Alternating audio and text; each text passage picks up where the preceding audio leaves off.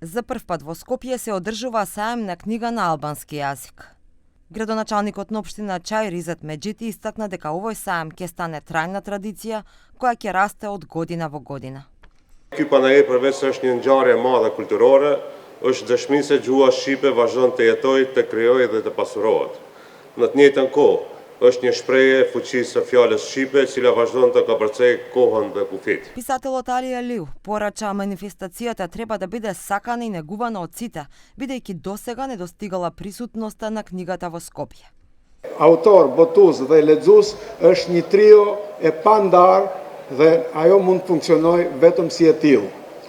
Ndërkohë, mendoj që përveç se është festë e librit, festë e autorëve dhe e botuesve, festë e shkrimtarëve dhe studiusëve të letërsisë tonë, është edhe festë e gjuhës shqipe. Нашиот јазик колку е убав е мотото на овој саем, рече Ирена Точи, извршна директорка на Институтот на книгата, која нагласи дека саемите во Тирана, Приштина, Улцин и Скопје представуваат мозаик што ја покажува силата на нашиот јазик. Të gjithë bashkë pra do t'ja dalim, do ta mbrojmë këtë gjuhë dhe do ta çojmë atë në nivele të tjera.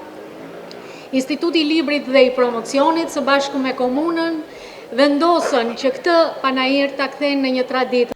Публицистот Намик Докле изјави дека овој саем нема вредност само за писателите и издавачите, туку представува и национална вредност.